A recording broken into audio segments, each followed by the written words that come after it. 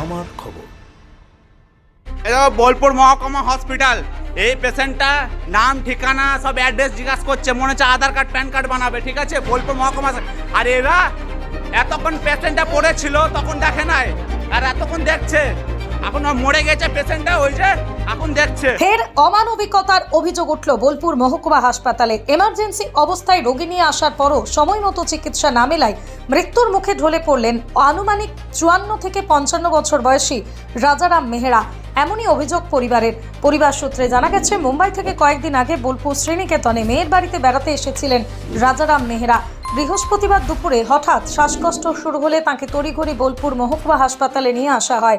অভিযোগ, হাসপাতালে ঢোকার পরই নানা প্রশ্ন ও প্রক্রিয়ার জটিলতায় পড়তে হয় রোগীর আত্মীয়দের।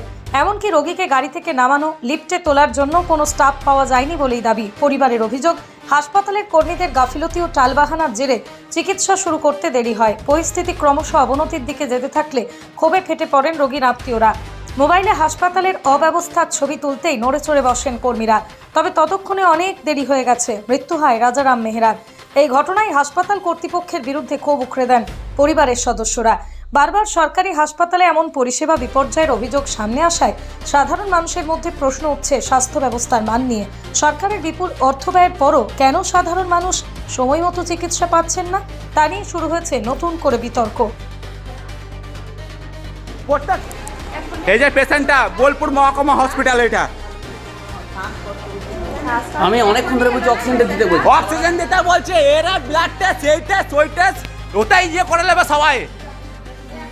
আমার একটা দাদু ছিল, ও এমার্জেন্সি পেশেন্ট ছিল, ঠিক আছে? আমি বোলপুর মহকুমা হসপিটালে নিয়ে গিয়েছিলাম ওনাকে, ঠিক আছে? তো ওকে ট্রিটমেন্ট লেট করেছে। প্রথম কথা হলো ট্রিটমেন্ট লেট করেছে। মেন জিনিস হলো ওকে অক্সিজেন দেওয়া হয়নি। ওকে মানে বিশাল রিকোয়েস্ট করেছিলাম, তারপরে অক্সিজেন দিয়েছে বোলপুর মহকুমা হসপিটালে, ঠিক আছে? তারপরে যখন মারা যান উনি, তখন মানে ওকে অক্সিজেন দেওয়া হয়, তখন টেস্ট করা, মানে তখন মরে গেছে, মরা মানুষটাকে টেস্ট করছে মানে হয়ে। তারপরে ডাক্তার একবার এসে দেখলো, তখন নিঃশ্বাস নিচ্ছিল, ঠিক আছে? তারপরে ডাক্তার আসলো, তারপর চোখে একটা মানে কাপড় রেখে বললো মারা গেছে। এরকম করে উচিত? আমাদের বোলপুর হসপিটালে মেডিসিনে কোনো কাজ করে না, বাইরে থেকে মেডিসিনে কিনে খেতে হয়।